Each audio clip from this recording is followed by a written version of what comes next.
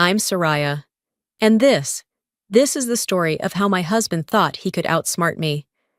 It started with whispers in the dark, bank transactions I never made, and a name, Ilya Moreau, that I had never heard before. Declan, my husband, wasn't just planning to leave me. He was planning to take everything, but he underestimated me. He thought I would crumble. Instead, I moved first. I protected what was mine, and 1 week later, his entire plan backfired. But what's worse wasn't just the betrayal. It was how long he had been planning it, how many lies he had told, and the lengths he was willing to go to destroy me. I woke up to an empty bed. The cold sheets beside me told me Declan had been gone for a while. At first, I thought maybe he had gone to the bathroom or grabbed a glass of water. But as I sat up, rubbing the sleep from my eyes, I caught the faint sound of his voice. Low, hushed, careful. The hallway light was off, but a sliver of moonlight streamed through the window, casting shadows across the floor. My stomach twisted as I followed the sound. Just a little longer. She doesn't suspect anything yet. I stopped mid-step, my breath hitched. Declan's voice was smooth, reassuring, like he was calming someone down. My heart pounded against my ribs. Who the hell was he talking to? I stood there, straining to hear more, but the words that followed were muffled. His tone dropped, barely above a whisper. My fingers curled into fists. This wasn't some late-night work call. Declan never whispered on work calls. Hell, he never even cared if I overheard his conversations before. My mind raced through possibilities, each one worse than the last. After a few seconds, I heard his footsteps approaching. I barely had time to dart back to the bedroom before he rounded the corner. My pulse hammered as I slid under the covers, feigning sleep. A moment later, I felt the bed dip. His weight shifted beside me, but I kept my breathing steady. A few minutes passed, and then he exhaled slowly, relaxed, like nothing had happened. I turned over, blinking up at him. "Where were you?" My voice came out soft, groggy, like I had just woken up. "Bathroom," he muttered without hesitation. "A lie? And the phone call?" Declan barely flinched. "Just a client. Had to smooth out some details for a case." I stared at him, watching for any sign of hesitation. He met my gaze, unreadable as always. Maybe I was overthinking. Maybe it really was work. But that whisper, that sentence, she doesn't suspect anything yet. I swallowed the lump in my throat and forced myself to roll over. My mind was screaming at me, but I ignored it. Not tonight. Not yet. The next morning, I woke up before Declan.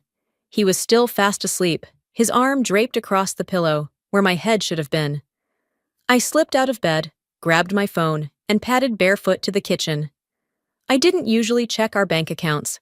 Declan handled most of the finances, and I had never given it much thought. But something felt off. I scrolled through the transactions. My stomach tightened. $500, $1,200, $750, $2,000, a dozen withdrawals over the past 3 months, all relatively small but frequent enough to raise a red flag. Declan and I shared expenses, mortgage, utilities, groceries, but we also had separate accounts for personal spending. These transactions weren't for bills, weren't for investments, and definitely weren't for anything we had discussed. I took a shaky breath, my hands tightening around my phone. Behind me, I heard footsteps. I quickly locked my screen and turned to see Declan leaning against the doorway, rubbing his neck. "Morning," he mumbled, voice thick with sleep. "What's for breakfast?" I set my phone down. "I was about to ask you the same thing." He smirked, stepping forward to pour himself coffee. "Guess it's your turn then." I watched him take a sip, his free hand resting on the counter. "I checked our bank account this morning." Declan froze for half a second. Just long enough. His grip tightened around the mug before he forced a chuckle. "And?" "There are a lot of small withdrawals." I crossed my arms. "Things I don't recognize." He barely hesitated. "Just small investments. A few business opportunities. Business opportunities? Declan nodded, setting his cup down. Nothing to worry about. Short-term gains, that's all. He was lying. I knew it. I just didn't know why. The rest of the day, I tried to shake the unease. But Declan wasn't helping. He was glued to his phone, taking calls in the other room. His screen was always face down when he set it on the table. And every time I looked at him, I felt like there was a wall between us, one that hadn't been there before. That night, as I lay in bed, staring at the ceiling, my mind wouldn't quiet down. Declan had always been confident, smooth, a man who knew how to talk his way out of anything. But I had been with him long enough to know when something was off. And something was definitely off. I turned to face him. He was already asleep, his breathing steady, his face calm, like a man with nothing to hide. I wasn't convinced. A voice in my head whispered the words I had been trying to push away all day. Am I being paranoid? Or is something really wrong? The doubt refused to fade, even as the morning light filtered through my window. I had spent the entire night tossing and turning, unable to shake the feeling that something was terribly wrong. Declan's voice from the night before still echoed in my mind. Casual, dismissive, yet calculated. The kind of tone someone used when they were hiding something in plain sight. I forced myself out of bed and went about my morning routine, but my movements felt mechanical. My thoughts were stuck in a loop, replaying every interaction, every red flag I had ignored over the past few months. And then Declan strolled into the kitchen like nothing had changed. "Morning, babe," he said, pressing a quick kiss to my temple. I was thinking, we should probably get our financials in order. Just in case of emergencies. I froze, my fingers tightening around my coffee mug. Our financials? I echoed carefully. Yeah, he said, leaning against the counter, sipping his coffee like this was just another normal conversation. Like, do you have a full list of your accounts, passwords, assets, that kind of stuff? We should keep everything in one place. I stared at him, my heartbeat drumming in my ears. Declan had never shown an interest in my personal finances. Sure, we had a joint account for bills, but we always kept our personal savings separate. It was just the way we had always done things. I swallowed, forcing a neutral expression. I guess I could put something together. His lips curved into a small smile, but his eyes flickered, just for a second. He nodded like it was no big deal, before changing the subject entirely. But my mind was already racing. This wasn't about us. This wasn't about just in case of emergencies. Declan was preparing for something, and whatever it was, he didn't want me to see it coming. That evening, Declan was uncharacteristically relaxed. He laughed at the TV, scrolled through his phone like nothing was wrong, and even suggested ordering takeout. He was playing the role of a doting husband perfectly. And that's what made my skin crawl. Something had shifted in him, the way he walked, the way he spoke. It was all too easy, too well rehearsed. Then it happened. Declan got up to take a shower, leaving his phone on the coffee table. He never left his phone unattended. Ever. I stared at it, my pulse quickening. The screen was face down, just like it had been for weeks. But then, as if the universe was throwing me a lifeline, a notification lit up the screen. A text message from a name I didn't recognize. Ilya Moreau. I didn't have time to think. I reached for the phone, my hands shaking as I tilted the screen just enough to read the message preview. Just make sure she stays in the dark. Almost there. My breath hitched. My chest tightened so fast it hurt. The room suddenly felt smaller, like the walls were closing in on me. Who the hell was Ilya Moreau? And what did they mean by almost there? My fingers hovered over the screen for half a second, just long enough for the wildest thoughts to flash through my mind. Was this another woman? Was Declan planning to leave me? Was he hiding money? I heard the water shut off. Panic shot through me as I placed the phone back exactly where it had been and sank into the couch, gripping my knees to keep my hands from shaking. A minute later, Declan strolled back into the room, towel drying his hair. I forced myself to look at him. He was so calm, so at ease, completely unaware that I had just seen something I wasn't supposed to. "Did you decide on dinner?" he asked, ruffling his hair. I swallowed hard. "Not yet." He grabbed his phone without a second glance, unlocking it effortlessly. No hesitation, like there wasn't a damn thing to worry about. But I knew better now. I spent the rest of the night trying to rationalize what I had seen. Maybe it wasn't what I thought. Maybe Ilya was a colleague, a business partner. Maybe keeping me in the dark was about something completely different, something innocent. But deep down, I knew better. The pieces were clicking together, one by one. The secrecy, the money disappearing, the call in the middle of the night, the way he was suddenly so interested in my finances. I should have confronted him right then and there. But if I was right, if Declan was really hiding something this big, then I needed proof. Real proof. So instead, I kept my mouth shut. I let him kiss me goodnight, let him slip under the covers like nothing was wrong. And then I lay there, gripping my phone, whispering into the dark, "Who the hell is Ilya Moreau?" The next morning, the question still haunted me, gnawing at my every thought. I moved through my morning routine like a ghost, going through the motions, but my mind was locked onto one thing: Ilya Moreau. The name lingered in my brain like an unsolved puzzle, a piece that didn't fit but refused to be ignored. Declan sat across from me at breakfast, scrolling through his phone, perfectly at ease.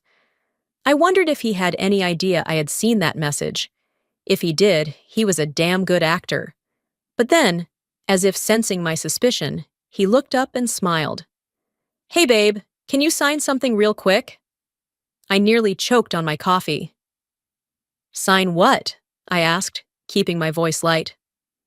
"Just some financial updates for tax purposes," he said, sliding a document across the table. His tone was casual, but his fingers drummed against the table in an uneven rhythm. A tell. I picked up the papers, my stomach tightening as I skimmed through the first page.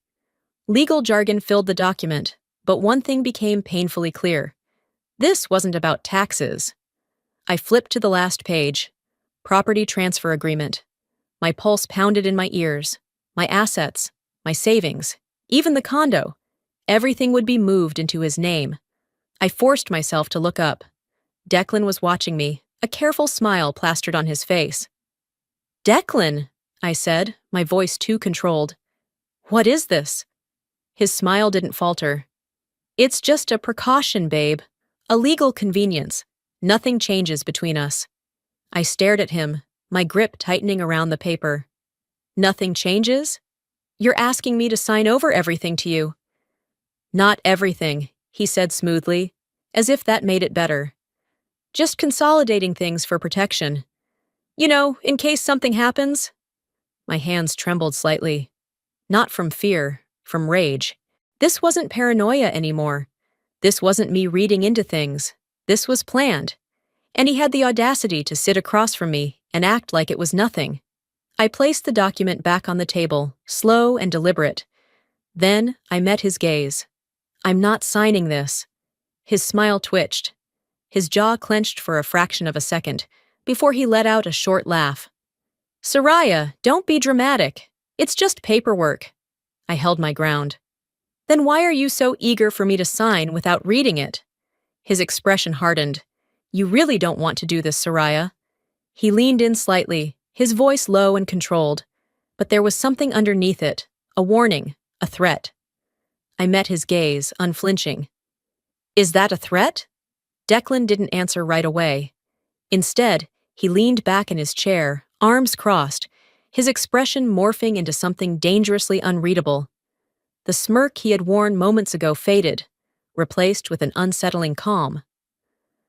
"I just think you're making this harder than it needs to be," he said, his voice too smooth, too measured. I swallowed my anger, keeping my expression neutral. He still thought he was in control, that I was just another move on his carefully planned out chessboard. I let the silence stretch, watching him. The way his fingers tapped idly against the table. the slight twitch in his jaw when I didn't respond. He was waiting for me to react, to get emotional, to panic, to break. I wouldn't give him the satisfaction. So I smiled, just enough to make him shift uncomfortably. "You know what, Declan?" I said lightly, standing up and gathering the papers. "You're right, I do need to think about this." His eyes narrowed slightly. He wasn't expecting that. But I had already turned away, walking to the kitchen and placing the documents neatly on the counter. I wasn't going to argue. Not now, not yet. Because now, I was the one in control. That night, Declan acted like nothing had happened.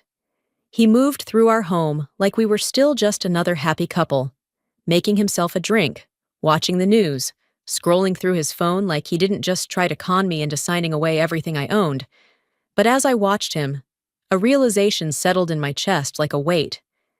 This had never been about saving our marriage. He wasn't trying to fix things. He was setting up his exit, and he wanted to take everything with him when he left. The next morning, I found him in the living room, sipping his coffee like he didn't have a single worry in the world. But when I sat across from him, he glanced up, immediately sensing that something had shifted. "We need to talk," he said, setting his cup down. I tilted my head. "Oh?" He exhaled, as if this was difficult for him, as if he was the one struggling. "I think we should separate." There it was. He said it like a man delivering a well-rehearsed speech, every word perfectly measured. "It's not working anymore," he continued, his tone even. "You have to see that." I stared at him, unmoving. He wasn't asking for a divorce. He was telling me it was happening. I let a beat pass, then another, before I finally spoke. "You've been planning this, haven't you?" A flicker of something crossed his face, gone before I could name it. "It's for the best, Soraya. We've grown apart." Grown apart. That's what he was going with? I leaned forward, resting my arms on the table. "You mean, you want out, but you want to make sure you don't leave empty-handed." His lips pressed into a thin line, but he didn't deny it. I could have screamed. I could have thrown the nearest object across the room. But I didn't, because something had shifted inside me. A steel resolve that hadn't been there before. So I leaned back in my chair, tilting my head slightly. Then, as calmly as I could, I said the words that would change everything. I already moved my assets. Declan's entire posture stiffened. His breath hitched. Not enough for someone else to notice, but I did. "What do you mean?" His voice was too sharp, too controlled. I smiled, slow and deliberate. "Exactly what it sounds like." His jaw clenched. I saw it then, the second he realized he had lost. He had spent months orchestrating this, setting up every little detail to ensure he came out on top. But he had underestimated me, and he hated that. A long silence stretched between us. Then, finally, Declan exhaled sharply and stood up. He grabbed his coffee, took a slow sip, then turned to me with a look that sent ice through my veins. His smile returned, but this time it was colder, calculated. "You're going to regret this, Soraya." She wasn't sure if it was a threat or a desperate bluff. Either way, she was ready. Declan had played his hand, and now it was her turn. The morning air felt heavier than usual as I moved through my routine. Coffee tasted bitter, and the silence of the apartment pressed against me like a weight. I told myself I wouldn't let his words from the night before get to me. But then came the knock at the door. Sharp, measured, official. I set my coffee down and took a breath before opening it. A man in a navy blazer stood on the other side, holding a thick envelope. "Soraya Keller? Yes." He extended the envelope, expression blank. "You've been served." My fingers tightened around the documents as I watched him walk away. The weight of the envelope felt heavier than it should have been. I didn't have to open it to know what it was. Still, I forced myself to sit at the kitchen table, exhaling sharply before sliding my nail under the flap and pulling out the papers. Petition for dissolution of marriage. I skimmed down the page, eyes landing on the financial demands. Declan wasn't just leaving. He wanted half of everything, the condo, the car, 50% of our shared assets, And, because he had the audacity, spousal support. I let out a bitter laugh, shaking my head. Of course, he thought he could take everything. He had been planning this for months, probably longer. The man I married was cold. But this was calculated. The smell of polished wood and freshly printed documents filled the air as I sat across from my attorney. She flipped through the papers, barely suppressing a smirk as she reached the financial breakdown. "Well," she said, tapping her nails against the desk, "he's got nothing." I raised a brow. "Just like that?" She glanced up, amused. "Just like that. You moved everything into a trust before he filed. That means legally he has no access. He can fight for spousal support, but considering your income history compared to his, it's not happening." I let out a slow breath, my shoulders finally releasing the tension I had been holding onto since that knock on my door. For the first time in weeks, I felt truly in control. Declan had spent all this time thinking he was the one orchestrating the game. He had underestimated me. That evening, I had just finished pouring myself a glass of wine when the front door slammed open. I didn't even flinch. Declan stood there, fury rolling off him in waves. His tie was loosened, and his jaw was clenched so tight, I swore I heard his teeth grind. "You think you're so smart, don't you?" His voice was sharp, venomous. I took a slow sip of my wine, savoring the way his anger twisted around him like a storm. "I think I'm finally protecting myself." His hands curled into fists at his sides. "You planned this." I set my glass down, tilting my head. "So did you." Silence stretched between us, thick with unspoken accusations. Then, finally, he exhaled sharply, his eyes darkening as he muttered, "This isn't over." I exhaled slowly. I had won the first battle, but the war had just begun.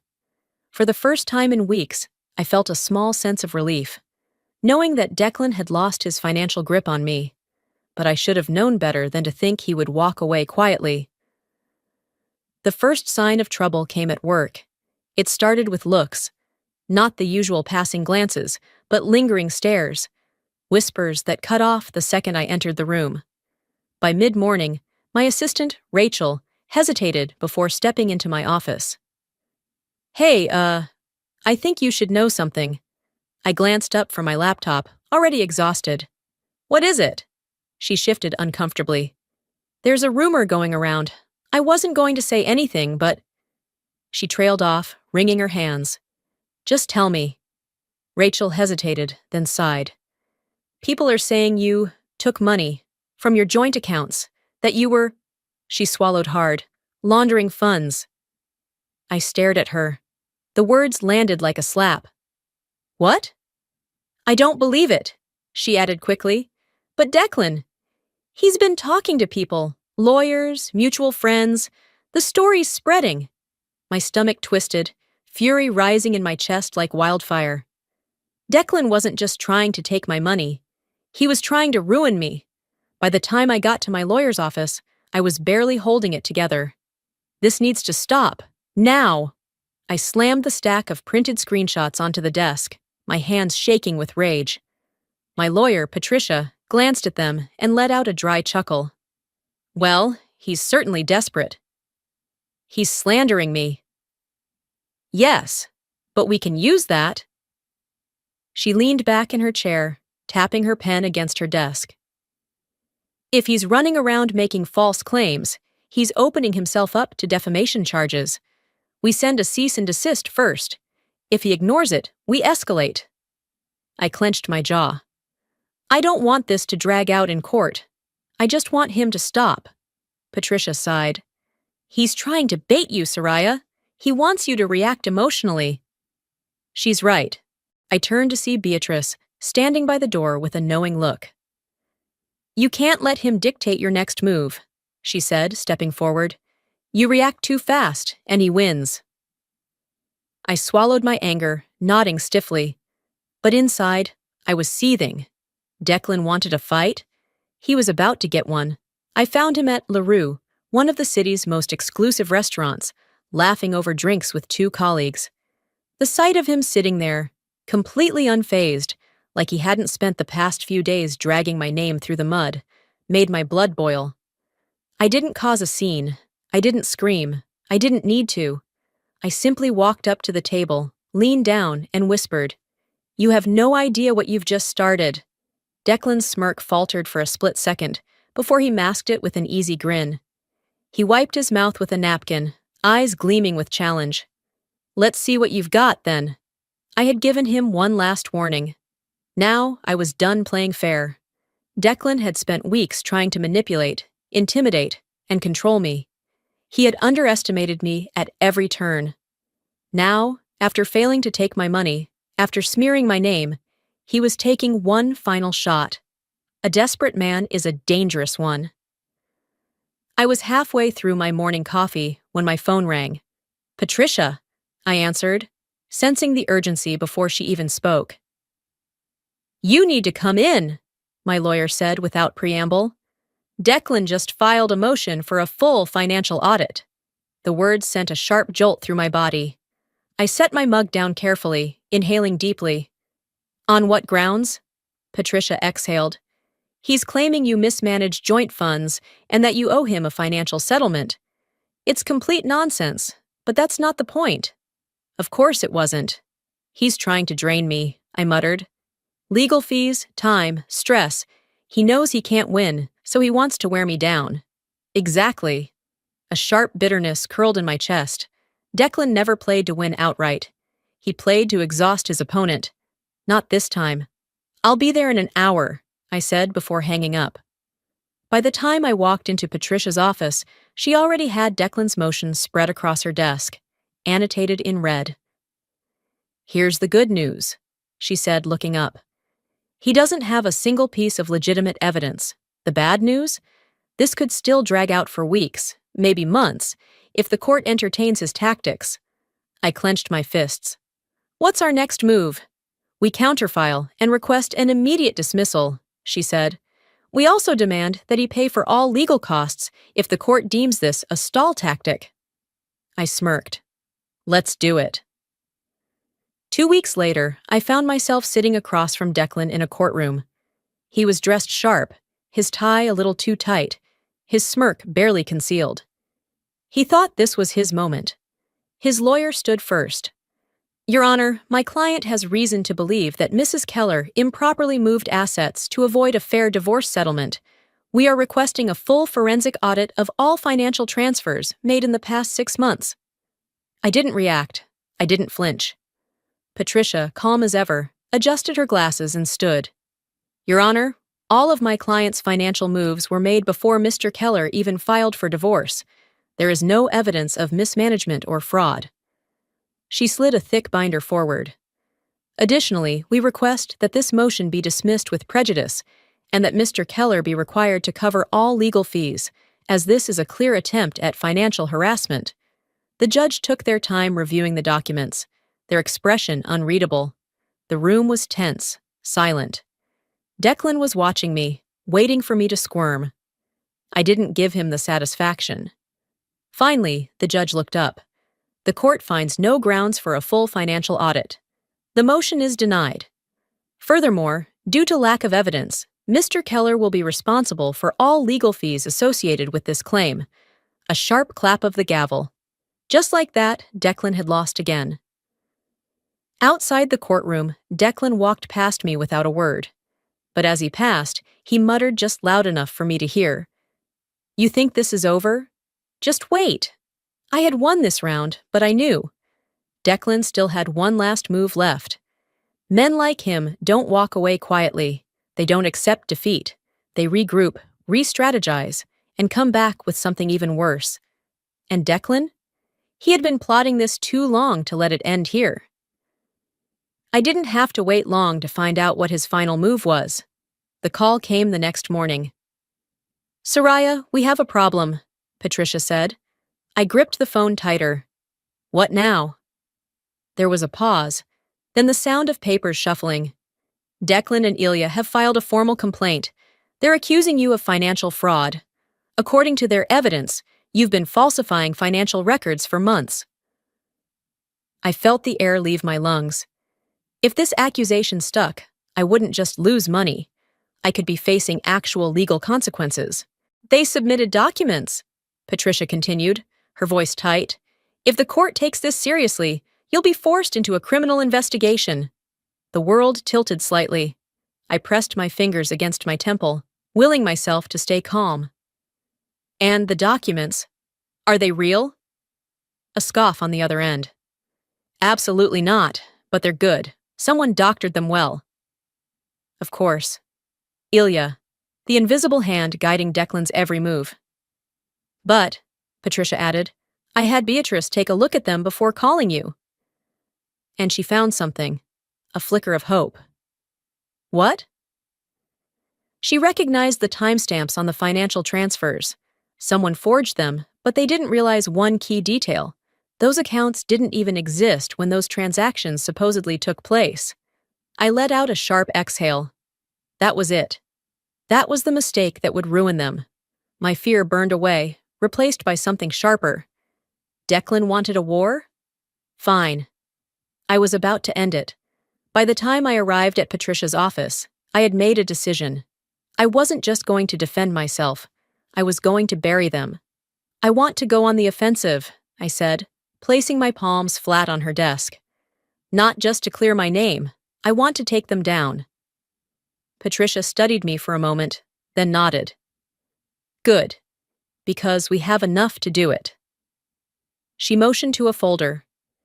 We contacted a forensic financial analyst. They confirmed what Beatrice found. The documents were doctored. She smiled, sharp and satisfied. So here's what we do.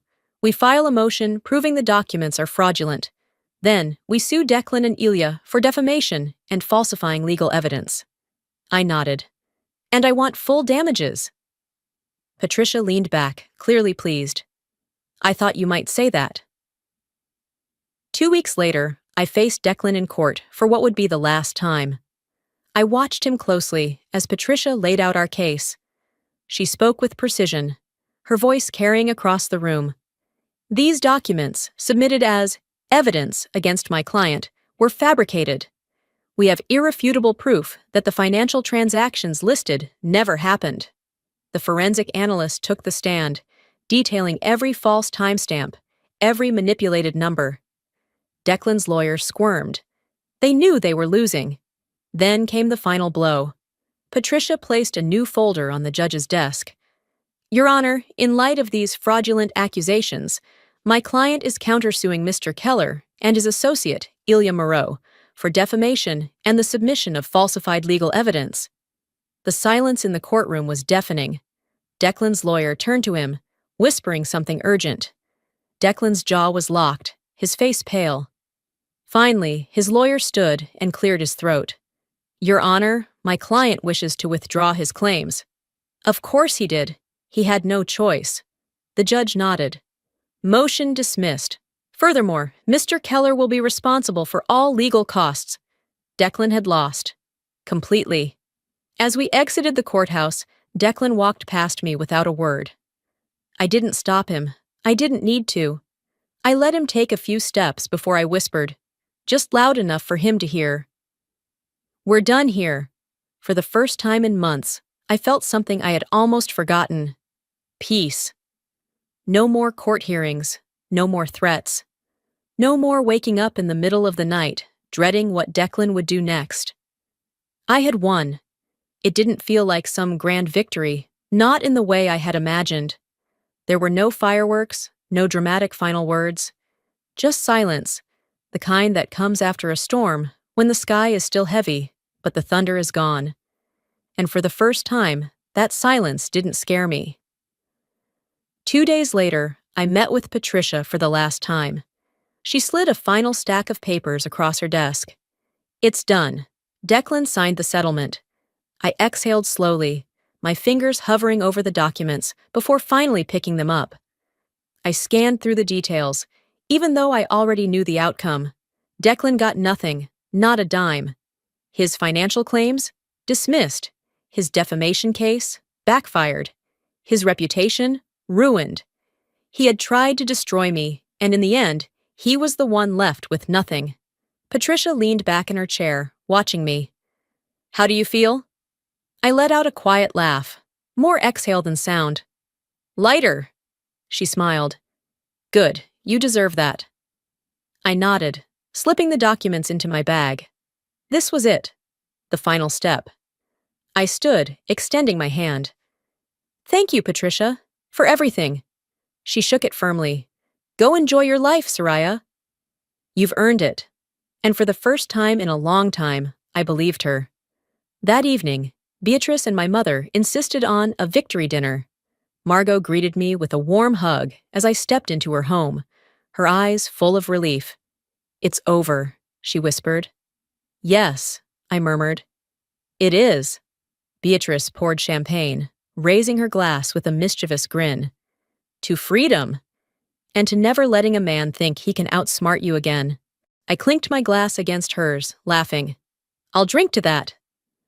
We ate, we talked, we reminisced. And for the first time in months, I wasn't constantly looking over my shoulder. I wasn't waiting for the next hit. The war was over. Later that night, I stood on my balcony, gazing at the Chicago skyline. The city lights shimmered, stretching infinitely into the horizon. Everything felt different. I was no longer the woman who had ignored the warning signs. No longer the woman who had believed in the illusion of safety, of permanence. I had lost things, trust, time, the version of love I thought I had. But I had gained more, strength, clarity, control. My phone vibrated on the table beside me. I glanced at the screen. Unknown number. I didn't hesitate, blocked. I turned back to my laptop, opening a blank document. A new chapter, a new story, my story. As I closed my laptop, I whispered, "This is my story now." Before we wrap up, let me leave you with something to think about. Life has a way of testing us in the moments we least expect. Sometimes the people we trust the most are the ones who betray us the deepest. But here's what I've learned. Strength isn't about avoiding betrayal, it's about how you rise after it. When I stood at the edge of my marriage, I could have let it break me. I could have let fear and doubt consume me. But instead, I chose to fight. Not just for my finances, but for my dignity, my freedom, and my future. And if there's one thing I hope you take from this story, it's this. You are stronger than you think. If you've ever been blindsided by betrayal, if you've ever felt like the rug was pulled from under you, know this. You are not alone. Life may throw its worst at you, but it's in those moments that you discover who you truly are. And sometimes, walking away from what no longer serves you is the greatest victory of all. Now, I want to hear from you. Have you ever faced a situation where you had to fight for yourself, even when the odds were against you? Share your thoughts in the comments. I read every single one of them. And if this story resonated with you, drop a 1 in the comments or tell me where you're watching from. And of course, if you want to hear more stories like this, make sure to subscribe to the channel and hit that notification bell. There's so much more to come. Until next time, stay strong, stay smart, and never let anyone take away your power.